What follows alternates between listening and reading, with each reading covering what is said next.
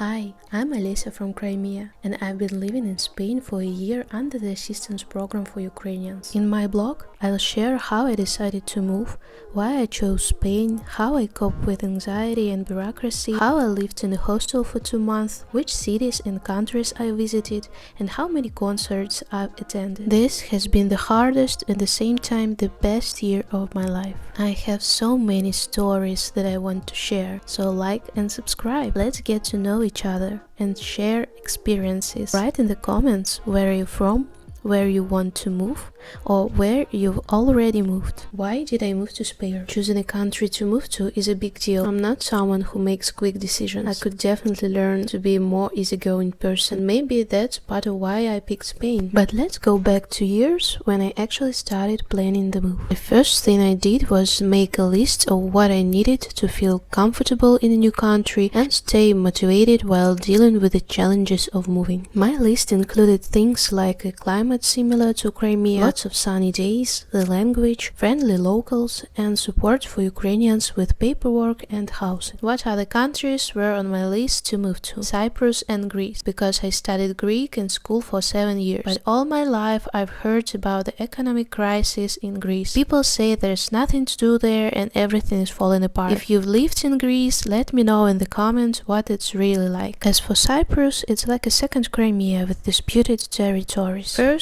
northern Cyprus is only recognized by Turkey. Second, there are also British military bases on the island. If I had moved there, I would have been to the southern part of the island. Italy really attracted me, but life there is much more expensive compared to Spain. I would love to live in a beautiful place, but on a budget. Maybe one day I'll make my dream come true and spend at least a year there. Portugal was also a good option, but the language seems very strange to me, and it's only spoken in a few countries. That's important when choosing a place to live and for possible future moves. Plus, people say the houses in Portugal are very dumb. All these countries would have made it easy to get documents quickly, but I could only dream of any other kind of help at the start. Spain was still uncertain too. I didn't know if I would qualify for the assistance program as a resident of Crimea. That uncertainty is still there, but at least I've settled on Spain. I want to talk about the countries I didn't consider moving to. These are the northern countries where it's cold, grey and rainy for the most of the year. People complain about strange laws and how instead of talking to you directly, they'll just call the police. Plus, I'm not a fan of the languages, especially German. Sorry, but I just don't feel like learning it. I don't get why someone will leave a warm, sunny place by the sea to move somewhere so grey and damp. It just sounds depressing. Germany does have a better support program for Ukrainians than Spain, but for me, that's not a good enough reason to move. I get why people with family there who can help with jobs and housing would go, but I don't have those kinds of connections in Europe. In the next video, I'll talk about how to mentally prepare for a move and stay on track with your plan. How did I mentally prepare for moving to Spain? The first thing that helped me mentally was understanding what's really important to me in life. Realizing that I couldn't keep living like this didn't happen right away. Back in 2014, I was just a kid forming opinions based on what others thought. But over the years, I started thinking critically and figuring out what truly mattered to me. I got tired of always being convenient for others. After February 2022, I fully realized that I had no future in Crimea anymore. People I cared about were leaving, 90% of people around me had changed, and my relatives had taken a different stance. That's when I started feeling like a stranger in my own home. My main value is freedom. It's impossible to live peacefully when at any moment someone could report you for your views. Without the freedom to have and express my own opinions, my life would feel incomplete. That became a strong motivator for me to take action. So I decided to grit my teeth and keep moving toward my goal, even when I felt like the whole world was against me. Step 2. I set clear and specific goals. 6 months before I moved, I already knew exactly where I wanted to go. I watched tons of videos comparing different countries. I even made my own pros and cons list. I knew how much money I needed to save for all the moving expenses and the minimum amount I'd need to take with me. I figured out which documents I needed it and took care of my health, so I wouldn't have to worry about it during the first few months after moving. When you have a written plan in front of you, it's easier for your brain to process each step toward the goal, rather than wasting energy constantly wondering, have I thought of everything? Of course, not everything will go according to plan, but at least you'll have already thought through half of it during the preparation stage. I'll talk more specifically about preparing for the move in future videos, so don't forget to like and subscribe so you don't miss it. There is some truth to the saying, happiness loves silence. Only my closest friends and employers knew about my move. These were the ones I could count on for 100% positive support during that vulnerable time. I could vent to them when things didn't go as planned, and we could celebrate the victories together. Do you have people like that? For the last 6 months, I worked non-stop on 3 jobs, so finding a balance between work and rest was really important. No matter how hard it was to push myself to get outside after a full day in front of a computer,